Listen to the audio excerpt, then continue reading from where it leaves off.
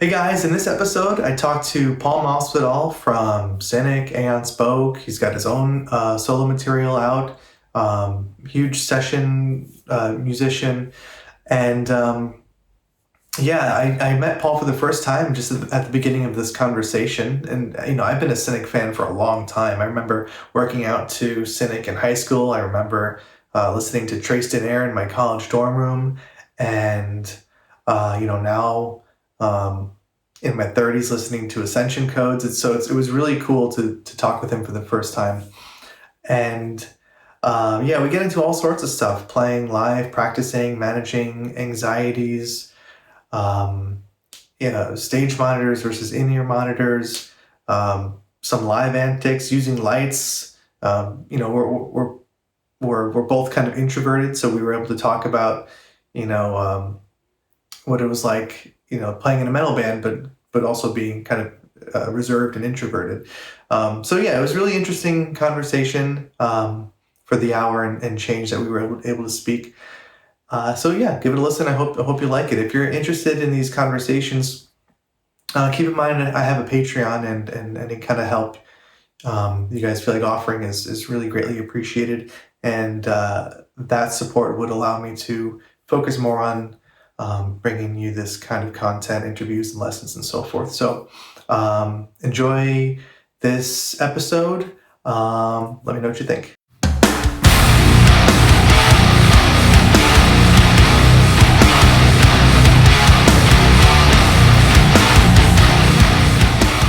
It's so much work. I trying to get my content game together over the past year. I've started hearing from some more of my listeners, just comments on YouTube and how do you do this? How do you do that? I've been taking lessons for 5 years and I still can't, I'm still kind of floundering around the fretboard. And if I have an opportunity to actually speak with someone, usually my first question is, well, have you sat down for at least 3 or 4 hours a day for 5 years and consistently and didn't stop? And how'd that work for you? Well, I didn't do that. Well, it kind of takes that much work. It really takes hours every day to get to the level that I guess some of us want to get to. Yeah, it's and we never quite ever get there. I feel like it's like, I personally, because I've just started to heavily start practicing again, I'm like, I can't practice enough. I feel like the more I practice, the more I'm like, holy shit, I suck. I have it's so deep, and it becomes, and I think that becomes the practice, is just to push through all that terror of of this, how overwhelming this is, and just try and enjoy the process of just meeting the instrument and kind of being authentic with where you're at with it, because I imagine you've been playing a long time. I've gone through those years of just and I feel for people starting out now, because this content thing is in the equation. And I didn't have that as a kid. It was like there was no distraction, really. It was like there was already distraction, but it wasn't like we had to be producers and run podcasts and, and advertise our work. And it's like all these hats. So it's like the guitar alone is a full-time job. You know what I mean? It's like, yeah. Although there's still that niche out there. Being in New York, luckily I'm friendly with some of them just from studying jazz for so many years. I went to school for jazz and studied with a lot of great players. But, like Jonathan Kreisberg. Nice. He's a childhood friend. Oh, really? Oh, yeah, because you're both Miami guys, right? Yeah, he was like the guy that sounded like Holdsworth before anybody when we were kids. Yeah. I was like, fuck, he sounds like Holdsworth, he was, we were all in the same scene. It was well, he's sort of my mentor. Him and I speak at least twice a month. Oh, nice. And I throw some ideas his way and kind of he's almost like my musical therapist. But Yeah, when you know, I started putting out music, you know, only like 10 years ago or so, and even at that point, I would be able to record just a crappy video of me playing in my bedroom with some, you know, half-ass audio, and somehow get, you know, tens of thousands of views in a couple of days, and now, you know, it would just completely flop unless it's, you know, perfectly curated, edited, high res video. It's not really going anywhere. But what was I saying before? Yeah, like there's still a world of guitar players that don't kind of play into it all that much. Like I know Kreisberg does a little bit. He's got his online school now that he does through a website called Flatfiv, flatfiv.co. I don't see guys like Gilad posting too much of this stuff. And then there's so many more. There's so many more of these. Like Nir Felder is another guy that I'm a big fan of. He's a Brooklyn cat. And they have great gigs, and they play pretty frequently. But, you know, I don't think they're racing to set up to do the podcast thing or the Right. or the guitar playthrough thing. And I'm kind of envious of it. I'm like... Or this one guitar player who's an absolute beast, Charles Altura. I don't see him posting much stuff online at all, period, anywhere. But he's playing with, you know, some amazing bands, and he could play at the Jazz Gallery downtown and sell it out 3 nights in a row. So it's kind of interesting, like the different, Yeah. just those different avenues. Right. Yeah. You're not necessarily, there's other ways. You don't necessarily have to play those by those rules. Yeah, and people like Kreisberg, I mean, he's one of the few that slipped into actually being able to make a living as a jazz musician, you know, and a teacher as well. But it's like, that's one of the hardest roads, I think, for musicians is jazz, you know, in terms of like making a living, you know, unless you're doing a fuckload of, like, you have to become a Ben Monder or something and just become a session guy. That's just... Yeah.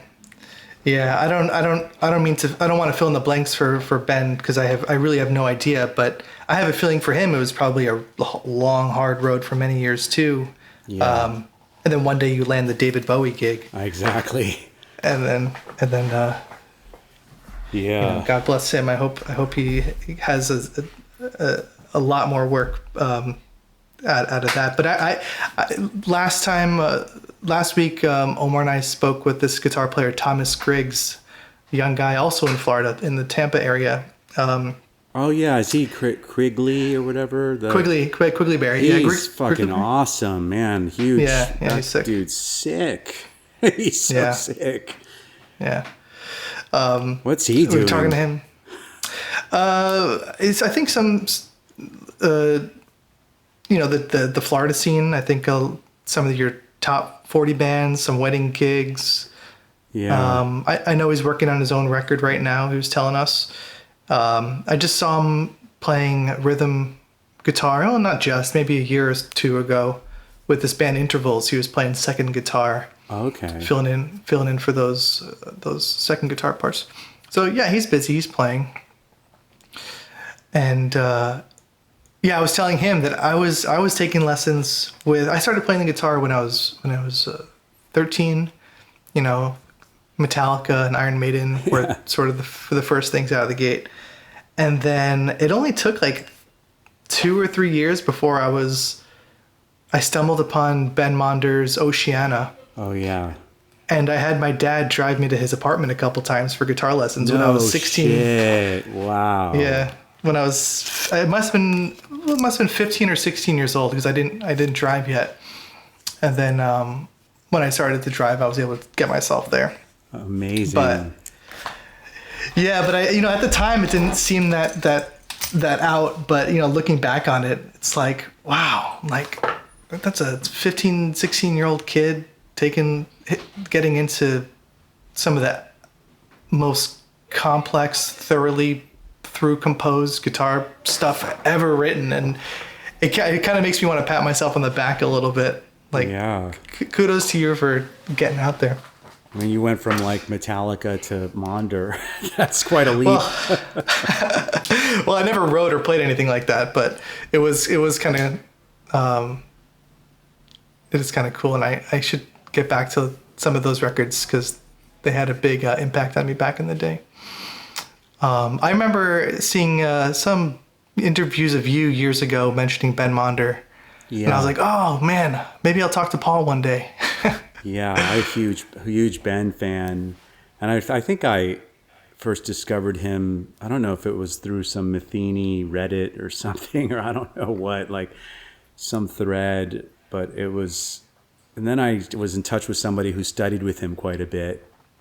And then my friend Amy, one of her best friends, Rebecca, who's a jazz musician, and I think she's in upstate New York now. Ben's played with her group a little bit, or her bass player. I don't know. There's some connection there, but yeah. I mean, Ben's just like mind blowing. It's like post Matheny. You know? I mean, It's like, Have you ever met him?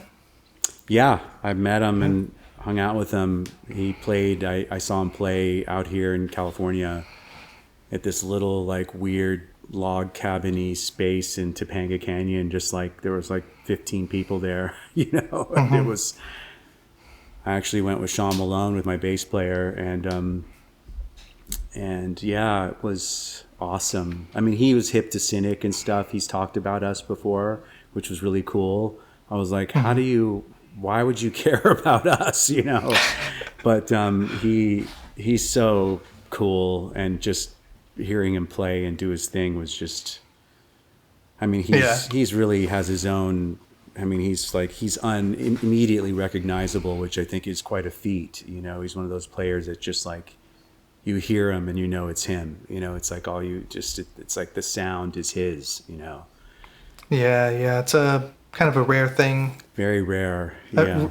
Especially, it's getting rarer to hear a unique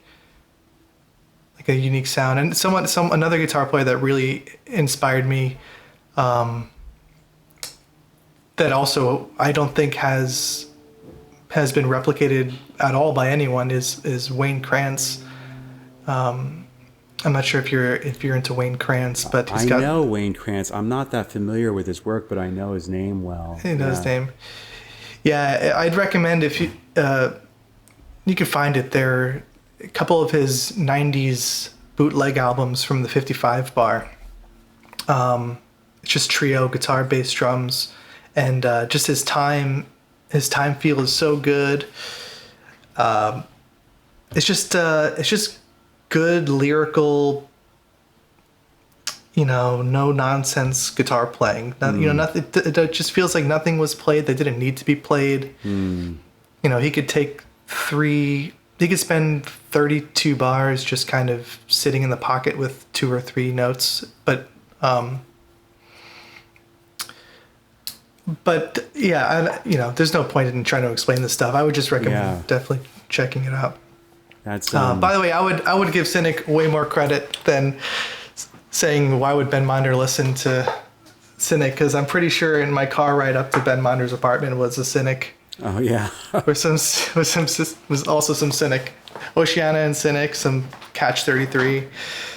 I'm always impressed with those people, like, and I think I fit into it to a degree, but not at the level of a Monder, which is where you studied enough to know, you know, basic vocabulary, and yet when you go to compose and work on your own music, it all gets like thrown away, you know, and it's almost like you're just in your own world with making sounds and just listening rather than trying to use all these reference points, because there's a lot of people who have phenomenal theoretical knowledge that you hear them and it sounds like they're still very much employing all that knowledge like literally into the sound, and then there's people who is just like the sound is coming from somewhere else, yet obviously there's an awareness, you know, and it's a fine line, you know, where you can sound totally unorthodox and uneducated, and yet there's still this like density in the work, and it's groundbreaking or interesting or doing something new, rather than like, you know, like kind of the Berkeley people, which is, you know, like there was always a joke about that. That's like you could spot a Berkeley, you know, graduate in a heartbeat. And I think it was Matheny that said 99% of Berkeley graduates will be truck drivers or something, you know. Well, unfortunately, yeah. I mean, it's like it's an incredible school, but I think part of what he's saying is the reality of how hard it is out there as a musician to even just make a living, you know.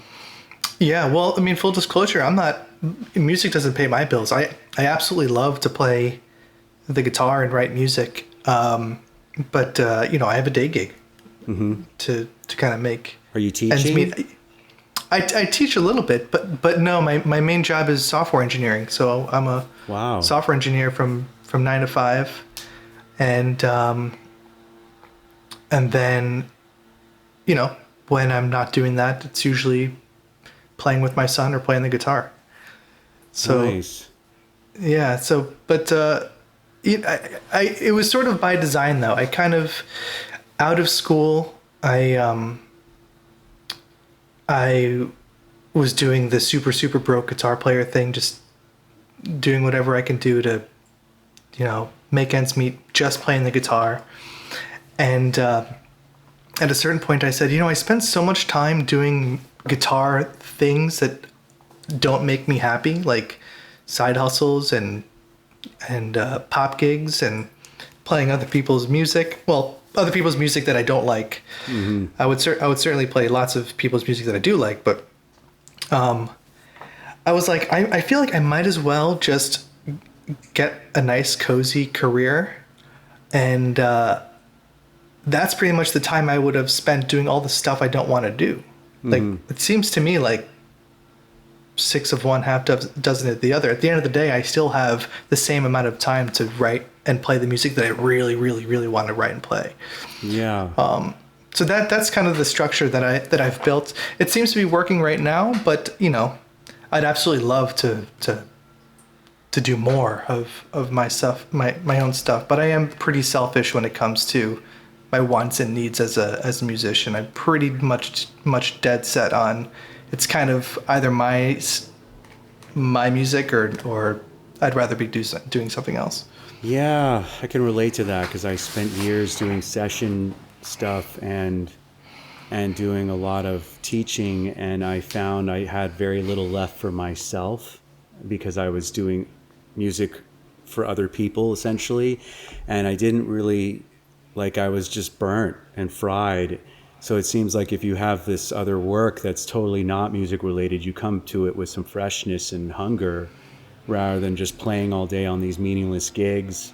I mean, teaching is rewarding in its own right, but it takes a whole thing. It's a really dedicated thing to really teach properly and give that, you know, and offer that. And to just be doing your own thing like it on a full-time level is, yeah, that's quite special and rare.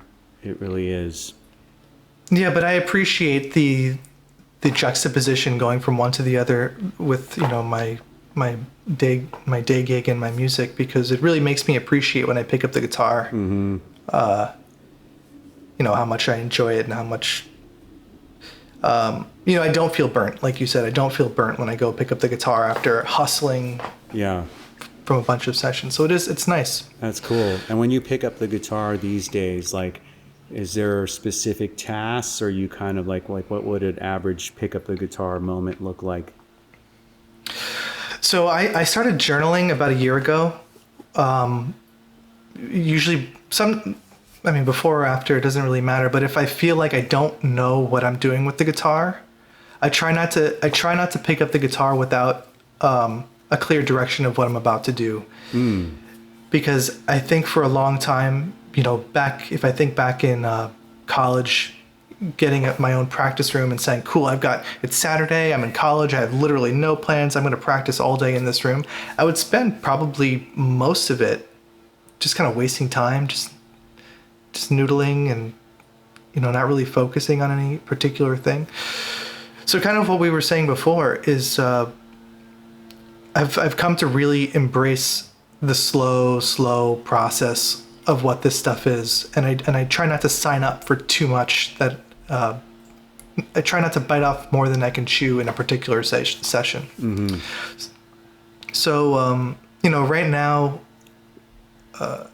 2 weeks ago, I spent like a solid 2 weeks on some diminished scale ideas that I had floating around in my head, and I pretty much stay honed in on that focus for an extended period of time until I think, you know what, I've kind of beat that into the ground. It's time to move on to something else.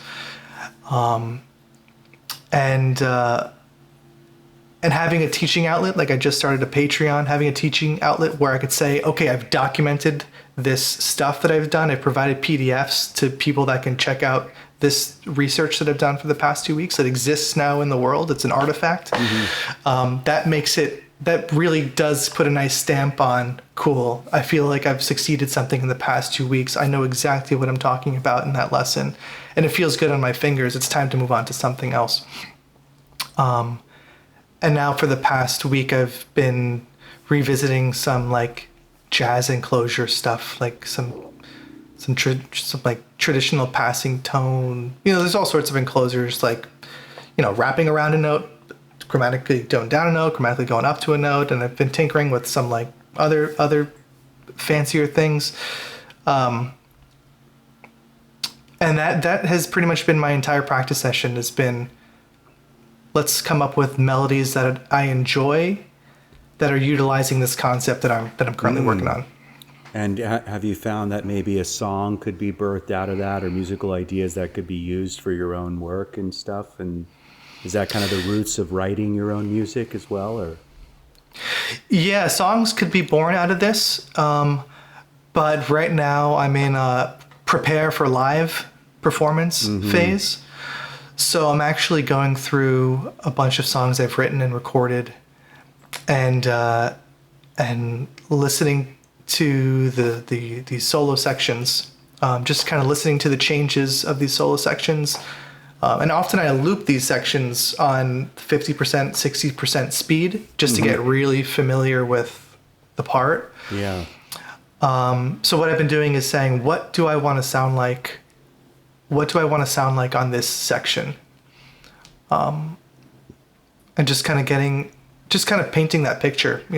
When it comes time to play this in front of people, what do I want to sound like on this song in this moment? And that's kind of what births some diminished stuff would be cool here, because the rest of the song has this diminished theme. So I'm going to kind of dig into diminished for this song. Or, the enclosure stuff. Nice. A different song kind of lent me that idea. And, the objective isn't to go play these eventually and plug licks, but the songs act as that catalyst for inspiration in practicing. And I just hope that something naturally comes out when it's time to play in front of people. So is it almost like you're creating some slight structural environment around an improvisational piece kind of thing, or when you're taking a solo? Is that, or are these like... just for the practice space. So just for the practice, okay. Yeah, so the practice space, I'm saying, okay, here's my solo section. It's these chords. I feel like I could come up with some cool diminished stuff here. Let's write a bunch of lines. Let's compose a bunch of things and beat them into the dirt with my fingers until it becomes second nature, or even sing it. I've been Yeah, singing's great. I've been more focused now on trying to sing the lines that I play at a slower speed, because eventually I want to get them to a little bit faster. But if I could just sit there and go like and then like nail it and feel totally comfortable, that's the fifth, that's the flat five, that's the major third, up to the flat nine, if it's in my ears and in my head, then I feel like the guitar is not a hindrance. Like exactly. I'm just flowing right through it. Right. Yeah. So yeah, so the practice space is one thing, but playing in front of people, it really needs to be whatever happens tonight, happens. No, it's so interesting. We can prepare endlessly, and then you put yourself in front of people and other things happen. It's like, it doesn't matter how much, the preparation comes in handy, but to a degree, but live is live. I always have to remember that. Yeah, and sometimes the memory is a funny thing. Sometimes I'm sitting practicing and I'm playing something and I'm thinking, I don't totally love this. I'm gonna change gears. I'm gonna play the other thing that I wrote that I actually do really like. And then for some reason, it's the thing I didn't like that wants to come out in my memory. I've built a better relationship with the thing I don't like in my head. Mm-hmm. And it's funny. Yeah, and just being in the moment too. Like I've been practicing, and I'm asking this stuff because I've been practicing for clinics and also reviewing a lot of material. I'm just trying to get my hands back in shape, because after I made the last Cynic record, I barely played. I just took a break. I was so fried on so many levels. Yeah. And I've been kind of woodshedding like crazy, kind of just getting things up to tempo. And it's one of those things where I'm going, first off, holy shit, this stuff's fast.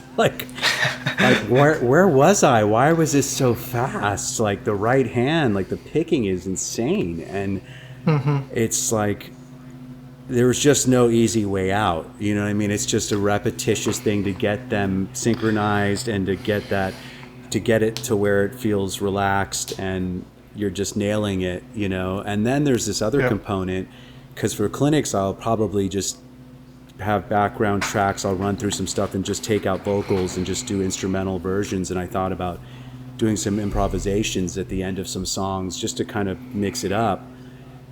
And every time I tried something in this one particular song, I'm it's just every which way. It's there's so many possibilities, and it gets me thinking, what you were saying, where it's okay, just and I used to do this where I would draw a shape and kind of try and emulate whatever that shape is in the form of a solo in the context of these changes over this, this many bars.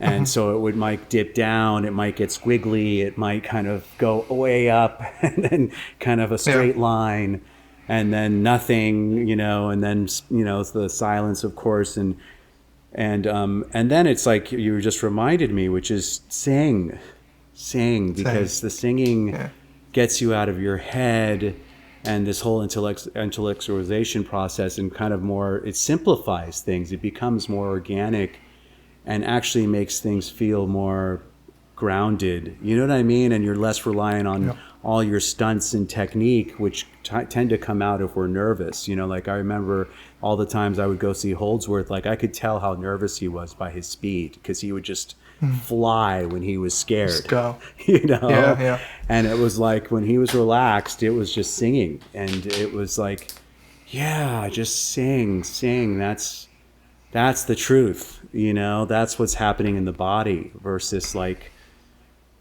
all that stuff, all the concepts, that we use as crutches, essentially, to kind of just to have the courage to meet the moment and just be simple and present for the whatever this thing needs. Yeah, and I think the listeners appreciate it too. It's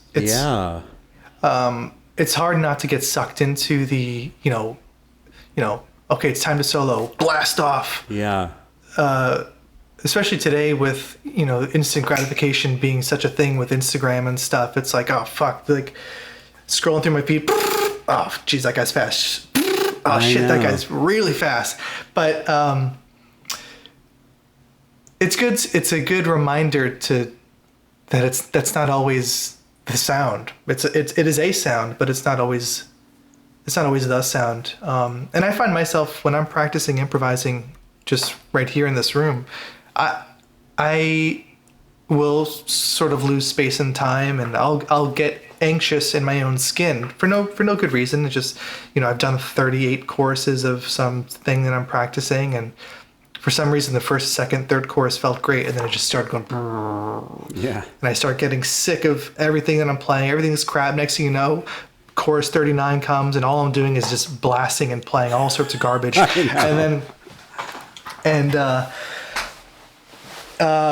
It's good to just to kind of wake up and get your snap out of get your self awareness back, and just be like, okay, whoa, we gotta start over. No, it's like you drift off. Yeah, I know. Yeah. It's true, man. No, it is and similar to a meditation practice. It's learning how to stay, and you keep. It's like, they call it like training a puppy, working with your mind.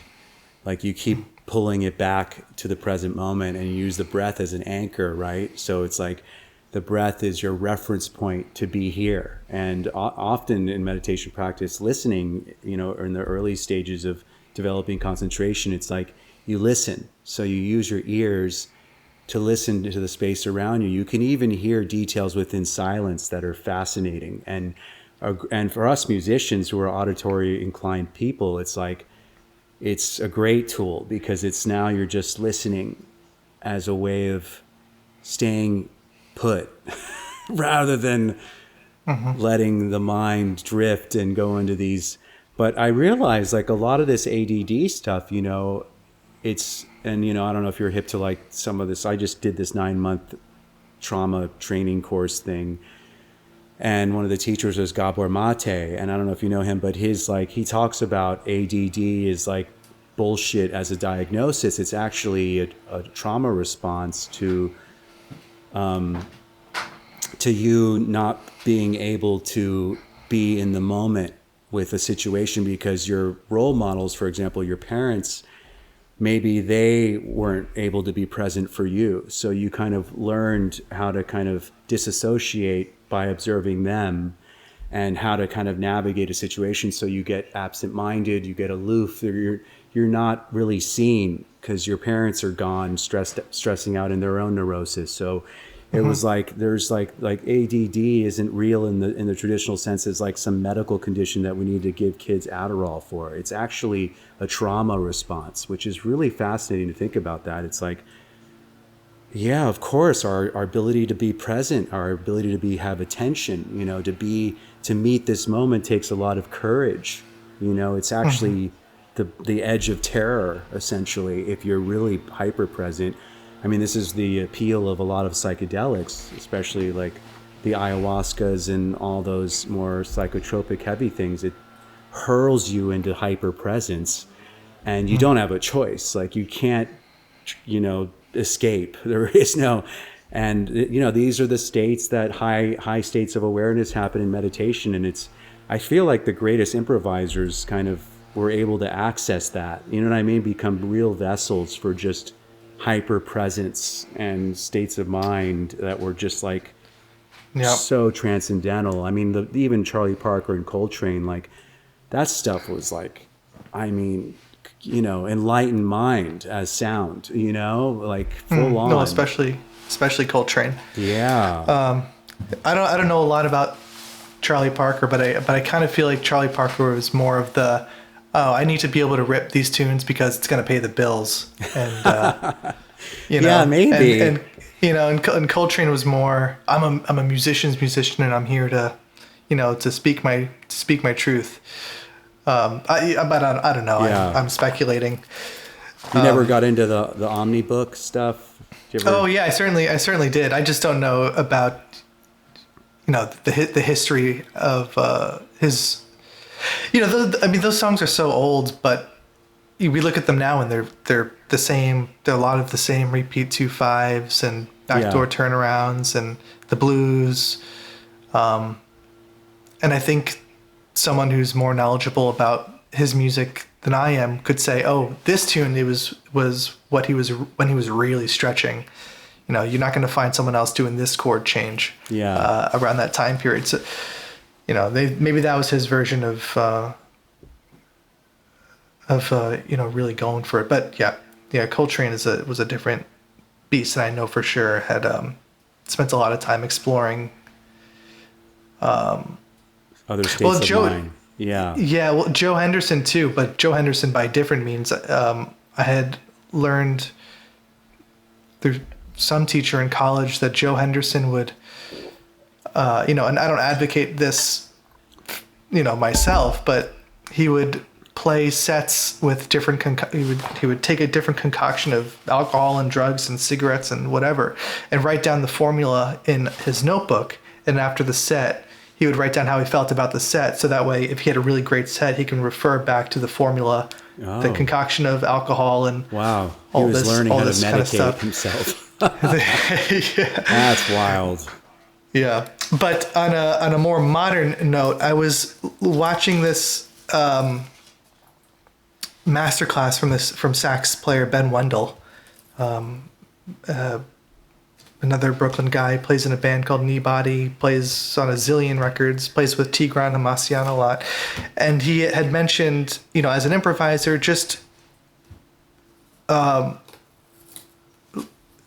accepting whatever happens, and that's going to be your biggest ally in breaking down barriers to what you can play. And then he had recommended. I wanted to run this book by you, and I'm curious if you've heard of this book.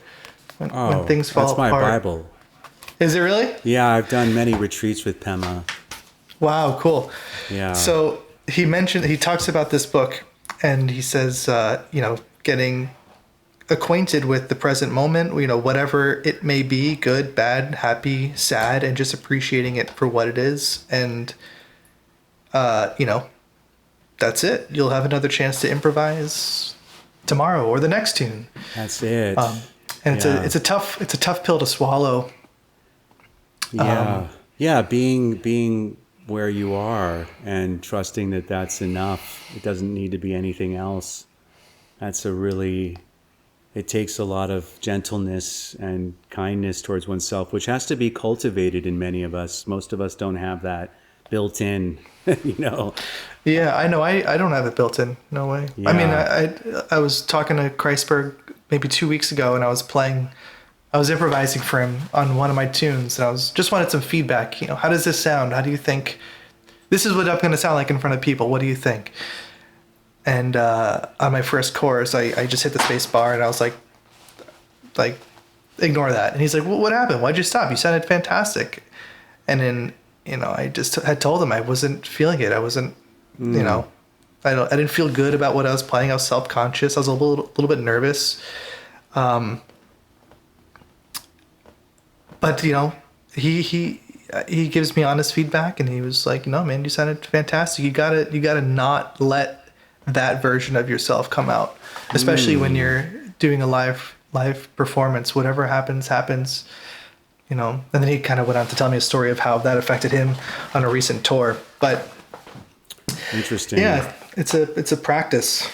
Yeah, and it makes me you're kind of reminding me of an Elliott Smith performance where he stopped like halfway through a tune, was like, and it was like a great moment, and he was just like, I'm not feeling it, and it was just like he couldn't keep playing the song, but he was sounding good, you know, actually, which was not common because he wasn't really into performing.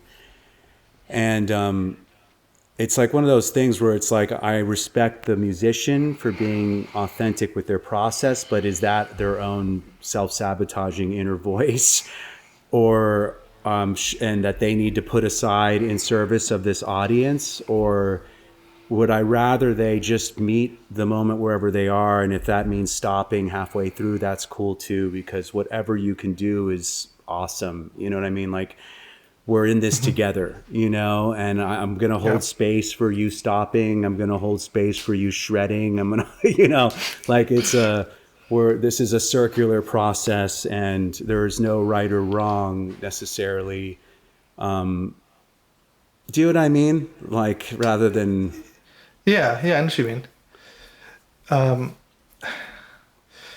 it's tricky. It's a tricky space thing to, it's just, Yeah, but it's also a tightrope because you don't want to boil it down to, well, then what's the point of all of it if it's just going to be accepting wherever I'm at a given time? Like, can this be the end all be all? But I Yeah. still want to get better at the guitar, and but at the same time,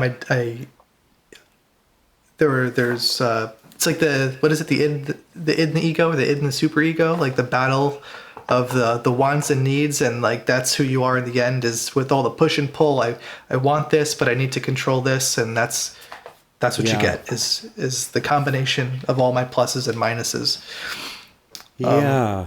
Yeah. And I don't know, like, I do like this, like, figure eight image of, like, there is no over there and there is no point to it ultimately.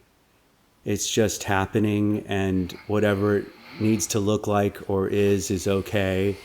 And that, like, I know, like, a Matheny would say, he's so, like, methodical. He's taking notes after every show and seeing where he can improve. And I mean, those are anomalies.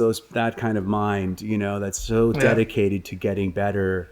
And I think a lot of us do end up in these intermediate spaces, which I've heard him talk about, where you get to a certain level and you can kind of rely on that. And to get to the next level requires a lot of pushing and discipline. That's like, do you know what I mean? To get to that next arc, it's like, it's really, that's the real work, is like kind of to keep getting better.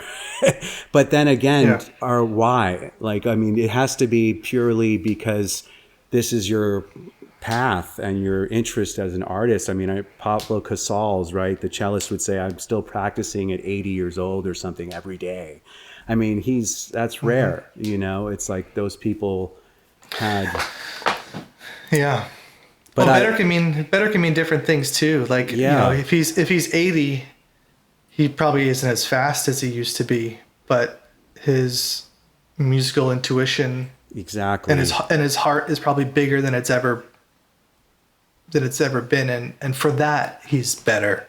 Yeah, in some ways that's even richer, right? It's like there's more going on there. Yeah, I think of I picked up Bill Frisell's book a couple months ago, and you're familiar. Oh, I love Bill Frisell. Yeah. Yeah, I mean, he's got his sound, and I would say Bill Frisell is getting better and better. He's been playing for Probably 50, 60 years. 60 years. Huh? How old is he now? I mean, I don't know. He's pretty old. No, he's been going a long time. It's true. And Bill's one of those, like, instantly recognizable guys, It's like, when it's Bill, Yeah, but he's some new thing will come out and he'll play just a handful of notes and you think like, oh, this is even better, but it could be better because of his his reverb selection. Like, he found a way to make his Telecaster sound even better through his amazing reverb and Fender amp. Like, it's not even necessarily a sequence of notes he plays, but yeah. So yeah, better can mean a lot of things, and that's true. It's subtle. Yeah, well, those subtle things are what it really takes when you're at a certain level too, right? Like, when the learning curve is so steep, it's like you have to work so damn hard just to get just that next little, like, the subtle things are what what do it.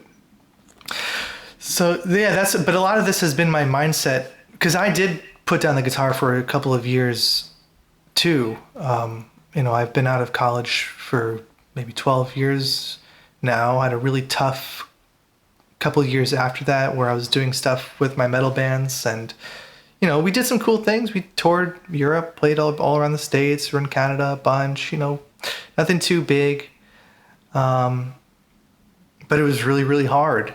And, when we stopped playing, I had to pick up a job at Barnes and Noble to pay my rent. And right around that time is when I just said I can't do this right now, and I put the guitar down for a good 5 years. Went back to school, picked up software engineering, and thought, okay, we're gonna learn how to make enough money to like eat at a diner if I wanted to. Like, that's my luxury, is I want enough money in my pocket where if I want to go to a diner for a meal, I can afford it, and then I'll see about picking back up the guitar. So yeah, I mean, now I've been in this happy place now for the better of 6 or 7 years, and 5, 6 years, and the tone of voice is different this time around. It's a lot more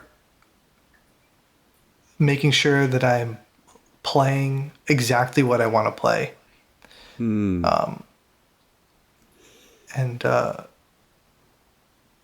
I've in order to help me do that, I've stopped playing through a lot of like digital things. I find that the overwhelmingness of like a lot of plugins and floor multi-effects units is getting in the way of me being like the finger painter that I want to be. When I have my guitar and I have just a handful of pedals on the floor plugged into a tube amp, I kind of feel like I'm finger painting. Like, this is my canvas and I'm here to make tones and sounds, and I have to feel in my soul that this is the right stuff. These are the right notes and the right sounds that I'm creating, or else I'm not going to get better. Yeah, it's interesting. Like, for me coming back to playing again, like in these past few months and doing all this woodshedding, like I actually have been playing pretty much ampless. And it's just because I feel like I can already tell without being plugged in what's happening. You know what I mean? Like, it's just like it's all there. And I'm like, okay, once I feel 100% about this, I'm going to switch to like worrying about tones and sounds and I just actually had messaged Pliny the other day because I was like, how's that neural pedal thing? Because, with Cynic especially, it's like tap dancing, with like changing sounds, and every fucking 4 to 8 bars, there's like a different, and I used to literally have rehearsals where I would just be like working on like the vocoder vocal thing, playing the riff and changing the guitar tone. It was like there's a lot happening, It's a lot. Yeah. And I'm surprised you didn't have another hand to do that, but I guess, Yeah, never had that. And we've never even done the MIDI thing where you can have like lock it to Logic or Pro Tools or whatever and have it change your patches. Holy moly. And so now I'm like, he's like, this pedal's great, he's like, I'm using it, it sounds killer. I'm like, it's reliable. He's like, it's totally reliable because he's been, and I was like, and are you doing patch changes, like locked in, which the part that sucks about that is now everything's to click. And like a part of me, we had done that a bit, but I like the live, I just rather not, I'd rather it be really free and have that natural push and pull. And because it's just depending on the audience, you might want to push things and pull back and have some real elasticity. But the reality is with these things, if I want to, not have to think about tap dancing and actually just focus on playing my guitar, you got to lock it. You got to lock it in, and then it'll switch your patches. So I'm getting one of those. They're sending me one, and I'm going to just like, one friend was like, you're going to spend just 2 weeks programming it because it's like a bitch getting all the MIDI information and getting things like just perfectly, and you have to set up the whole grid, and it's like, I just want to like whole set. Find someone I can like pay to do this for me. Like, can I just hand you the fucking thing and so I can just keep playing? Because the thought of 2 weeks of programming a pedal sounds like hell to me. It's like, it's not exciting. That's a lot of work. Yeah, it's like, I mean, again, I'm like, it's going back to like, I'm just literally playing unplugged, and that's like a full-time job for me. It's like now the tech stuff is like, but I go through those phases of like pedals and using that as sources of inspiration and sound. And it's interesting, the journey of making music, we're always rediscovering where we meet this stuff. And I'm constantly in that beginner mind. I feel like I never quite get a hold of this or know what works for me. It's like, Oh boy, it's a doozy. yeah. Yeah, so the music that I've written more recently, I wrote it with the plans that I didn't want to overwhelm myself when it came time to play live. So I just said, this is my rhythm tone, this is my lead tone, this is like a jazz tone if I switch guitars, and we've been rehearsing it recently, and it feels really good. It feels good to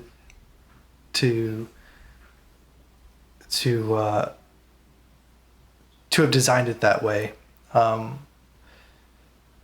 now, like this is like this is where I am at this point in time with the music that I'm writing, and I feel like playing minimal pedals. I want to play into a tube amp. I'm going to be a stickler about it. I want to really love the sound I'm getting, because that wasn't the case back when I was touring with the metal band. Back with the metal band, it was the same. Let's line this all up in Logic. Tons and tons of hours of programming, automatic tone switches and pedal switches. In-ear monitors. Now I'm like, no, not doing it. I want stage monitors. I want earplugs, no in-ear monitors. I want to hear the band. Yeah. I want... oh, dude, I know. I dream of that. But it's like, the problem is, I mean, you can do it in a trio-y jazz fusion setting, but you get into this metal stuff. It's fucking so loud, It's like, I've always wanted a quiet stage, and I remember at one point my drummer Sean was so mad at me because I was like, can we put that plexiglass thing around your kit? And we did it for like one tour. He was furious with me, but he played so fucking hard that it crushed my soul. It was like, I mean, even with earplugs, it was just like, oh my God, like it just takes its toll, you know what I mean? Yeah. And so I was like, your drums will sound better. It creates like a room and container, and it's not dealing with all the ambient stuff. But he was so annoyed. I think he played harder. He was just like, fuck this plexi thing. And, it was, we'll play right through it. Yeah. I mean, it was just, and, bless his soul, he was a monster drummer who played incredibly hard and just, meant it, and understood how dynamic he was, and had just it was his thing.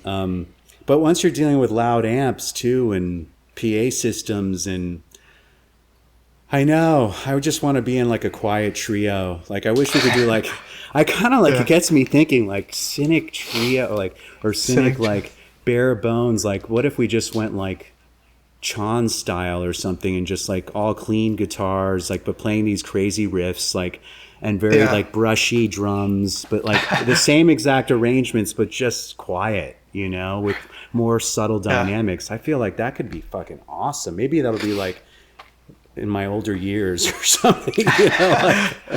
Well, that's actually why I've charted out some of my new music. So the music that I'm writing is a very chart based. Like, it's here's the intro section or the melody. Here's like a groove. Here's the solo section with these chords, repeat until cued. And I'm trying to play with myself, a keyboard player, a bass player, and a drummer, and we're cueing out of solo sections, but it's a metal band. And this music I tracked in May should be out. It's done, mixed, mastered. I've got a music video being edited right now for it. Should be out hopefully in the next month or two. But when it comes out, you'll be sure to see it. This is the music I'm talking about. But it's jazz format. It's charts. Everyone went into the studio with charts. And Cool. I sent you a couple of the tracks actually. Yeah, I checked on out some Dropbox. of it. It sounded really cool. Thanks. I have to grab a power supply. Can you hold on one second? Because Yeah. I just got to plug this computer and I'm seeing the batteries coming down. Yeah, Hold go on for 1 it. minute. Go for it. Okay, there we go.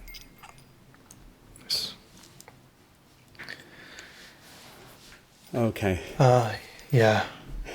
So where are you were we? playing? Are you guys doing some East Coast states? Are you coming out west at all, or? I don't know yet. We put quite a well. It's sort of my band. It's the group is called the Noah Band. Noe, the Noah Band, and it's really it might as well have been called the Nick Llerandi Band. It's sort of my showcase. I write all the stuff and Trio? quartet. So bass keys, drums, keys, cool. guitar, yeah, keys, and yeah, it's gonna be. It's my first like big like let's go for it project since my metal band a decade ago, where we were actually playing festivals and touring and stuff. But yeah, the plan is put out this music. We're rehearsing right now, and then hopefully sometime maybe next spring when it gets a little warmer out, playing some East Coast stuff. And I know a lot of people are anxiously anticipating it because it's been a while since I put out some music. So who knows? I'll play as long as we sound good in the studio. I'll play wherever. Nice, exciting. Yeah, it's very exciting. And will you play with medals type bills and stuff? Is that the idea, or? Yeah, that's probably. It would definitely have to be rock metal venues, that understand the sound. But trying to bring a little bit more dynamics to it. I want people to think like, oh, I feel like I just saw a jazz combo, but they were playing metal riffs. Mm-hmm.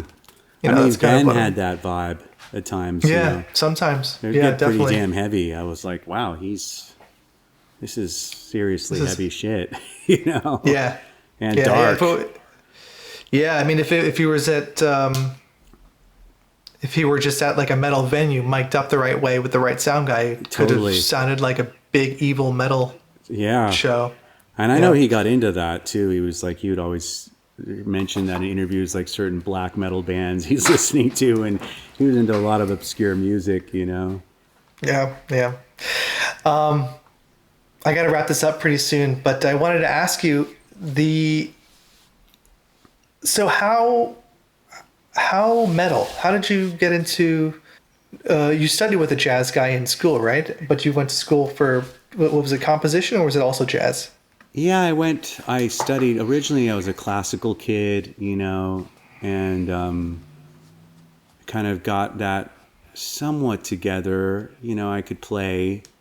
And then I got into like rock and like metal and stuff. My brother was into classic rock, and I kind of had to push the envelope, so I got into like heavier stuff than him.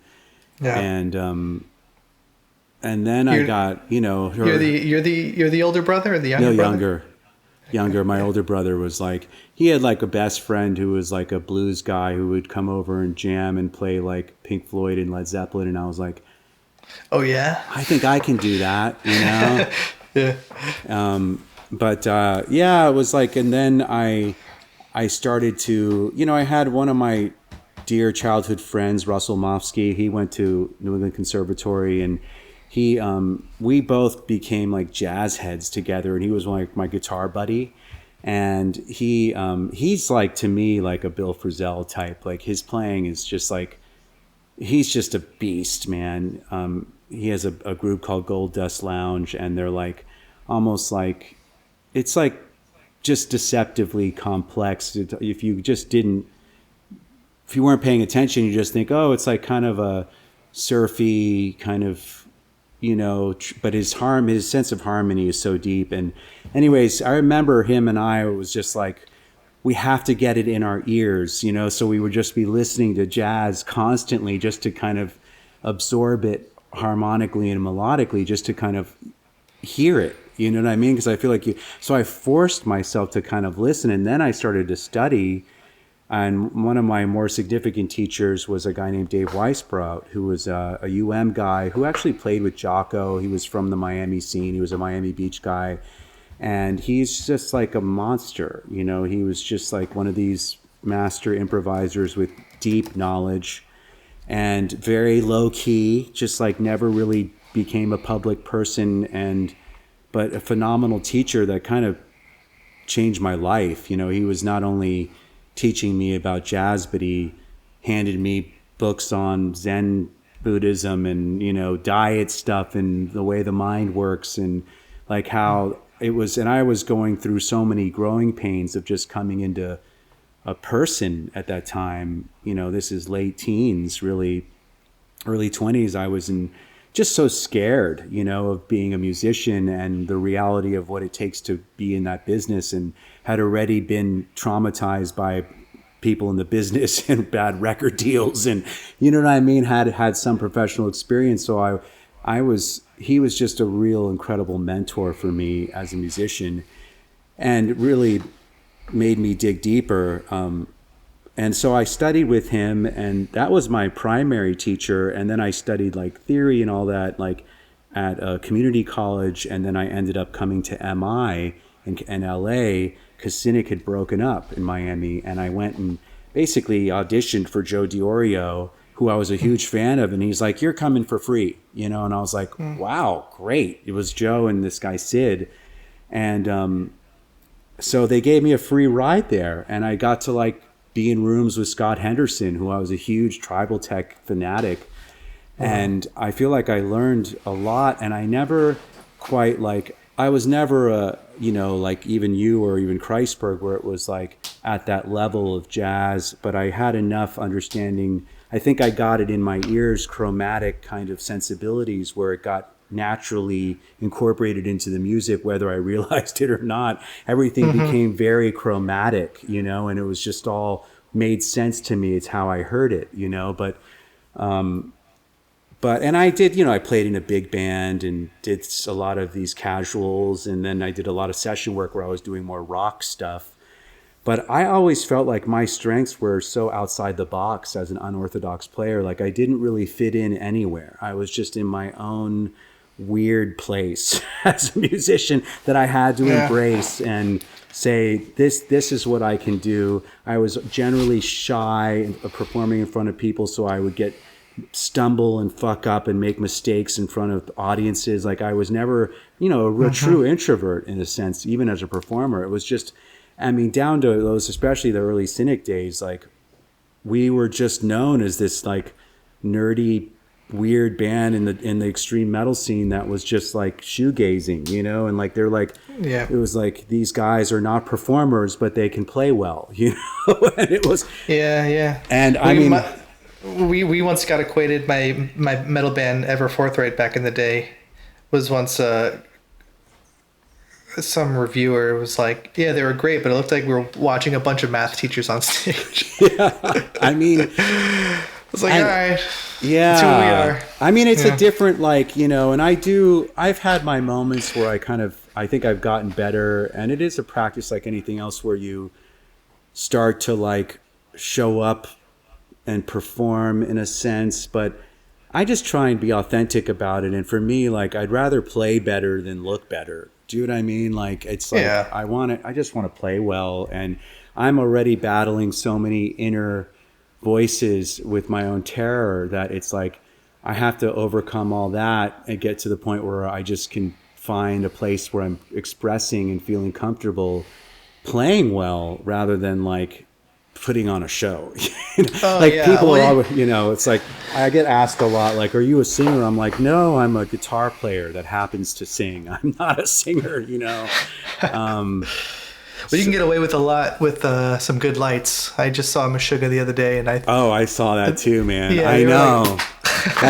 I heard it's all synced too. It's the whole thing's like completely locked in to grid with their whole. So and actually I heard they programmed it. The band actually was like did all their light programming and stuff. They figured out the whole arc of their show.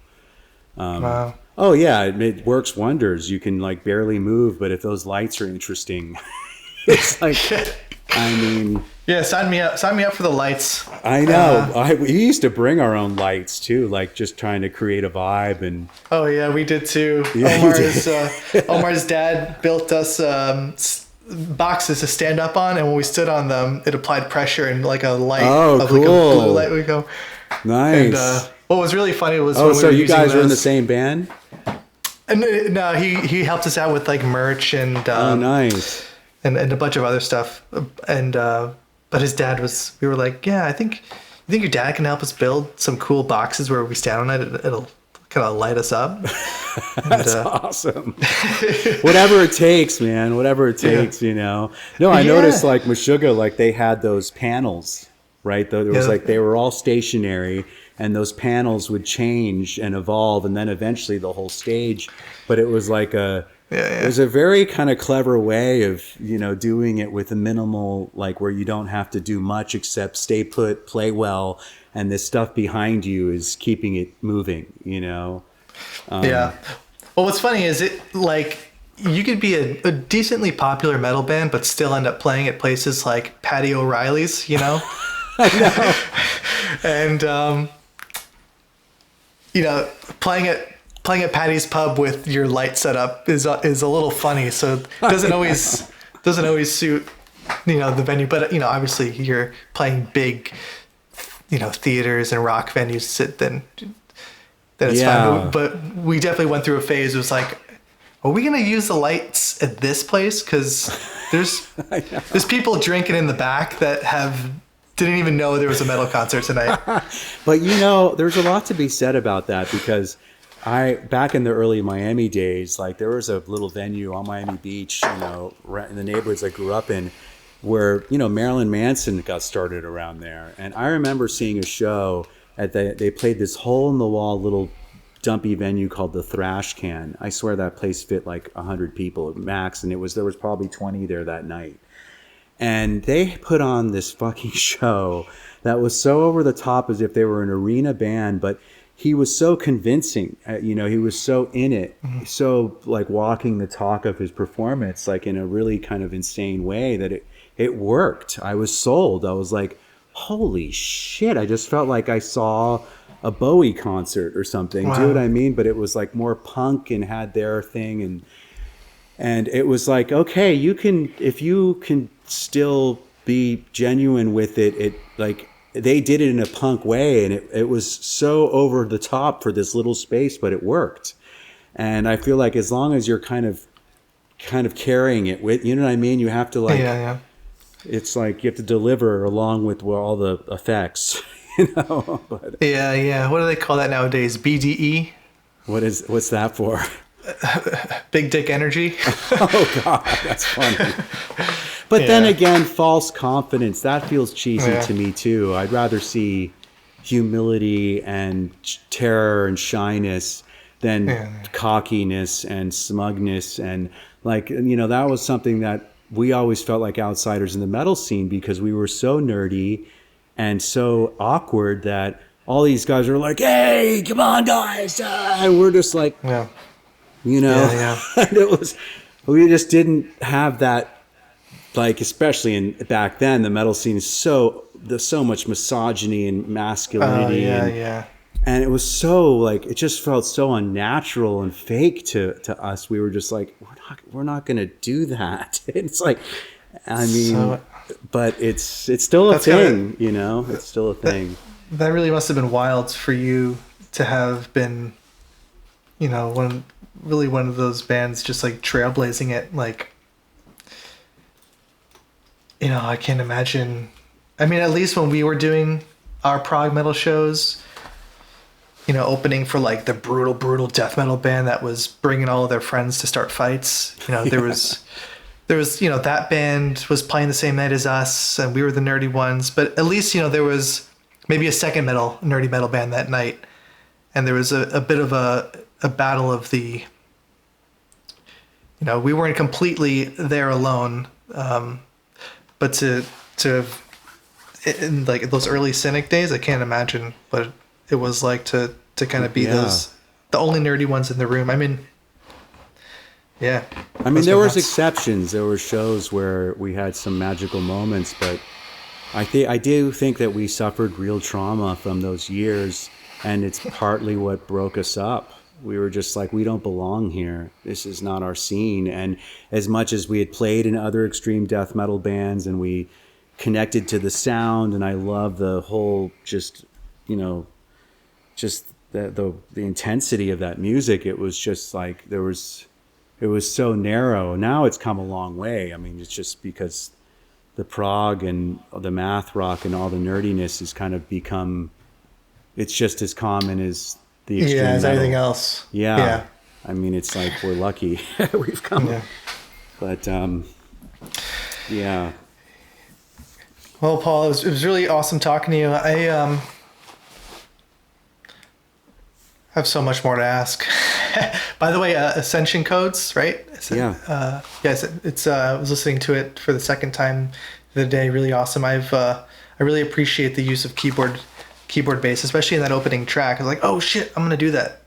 Cool. Yeah, it's great. Yeah, you could do that, right? And Dave's like he's a jazz guy. He's got a jazz vocabulary. Who played on it? He's super fluid, and he just knows. Yeah, I could tell. Yeah, I could tell for sure. We're releasing, and I guess it's not out digitally for a few weeks, but we did it on Bandcamp already. But the instrumental versions of the record with no vocals, and I think the musicians especially are going to appreciate it because you hear so much when you take the vocals out, all these subtle guitar textures, and it's a whole other listen, which is really, it works as an instrumental record, which is really cool, Yeah, it's funny how that works. I often go back to things I've written and mute everything except for the drum and the bass and maybe like one synth pad. Yeah. Like, damn, that sounds better than all the other shit. I know. That happens all the time for me. Like, this should just be bass, drums, and keyboards. You don't need all these notes. A reduction. I also wanted to ask you about. I definitely got a split, but your father's Cuban? Both my parents are Cuban born. Oh, so all three of us have Cuban. My father's from Cuba. No way. His father's from Cuba. Right on. So Cuba in the house. Yeah, I really wanted to get into. Have you guys been there? No, I haven't been there. I've never been there either. Like, were your parents? My parents were like they left when they were teenagers in the 60s, like I think it was 1960, right when Castro came in. Their parents took them out because it was gnarly, Wow. Yeah, my dad split. Was he born? He was born 60. Yeah, early 60s. So he was 2. He was 2 or 3 when he left. Okay, so same first wave. Early 60s, yeah. They came over here. Ancestry.com found my grandparents' flight record of them getting off a plane and landing in Miami. And it said, Bertha Llerandi, Orlando Llerandi, and I forgot how they put my dad. Amazing. So you're half Cuban. Mm-hmm. Yeah, my mom's from Tennessee, so. How cool. Yeah, kind of a cool combination. But I did want to ask you, definitely got to save it for another day, but curious if any of the Cuban kind of Spanish influence. Oh, for sure. Or what it was like growing up in like a. Yeah. Because I mean, I go to my grandparents' house. Thankfully, I still have both my Cuban my grandparents there, and it's like walking into a Renaissance. They're Renaissance people. They love art and music. There's art all over their walls. They both paint. They take Spanish. They take French lessons. My grandma's 80-something years old taking piano and amazing. And it just doesn't stop and it's in the blood. That's really cool. We'll have to put a little Cuban gathering together. I mean, that music is so sophisticated, and it's in my DNA. I feel like a lot of weird rhythmic things that come natural for me came from all that Cuban stuff as a kid. Hearing, because it's so crazy. Afro-Cuban. Kind of goes back a bit to what we were saying before. Like sometimes the things that come out in your playing aren't even necessarily the things that you spent hours exactly shitting. Yeah. I think you said the same thing before with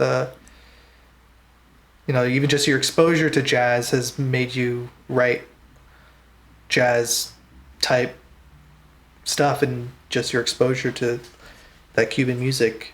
Totally. Yeah, you never Meanwhile, know. Right. You just It's never like know. just in your ears and in your cells, and somehow it kind of pops out. Yeah, man. Well, Paul, awesome chatting. Yeah. Yeah. Nice to chat with you, Nick. That was awesome. Great to meet you, man. Yeah, we'll have Same. to do this again sometime. Yeah, hope to catch you, wherever you are. Yeah, you too, man. I mean, we're going to be touring next year, so we'll be on the East Coast. Hopefully we can meet up at some point. Sweet. We'll do it, man. Cool.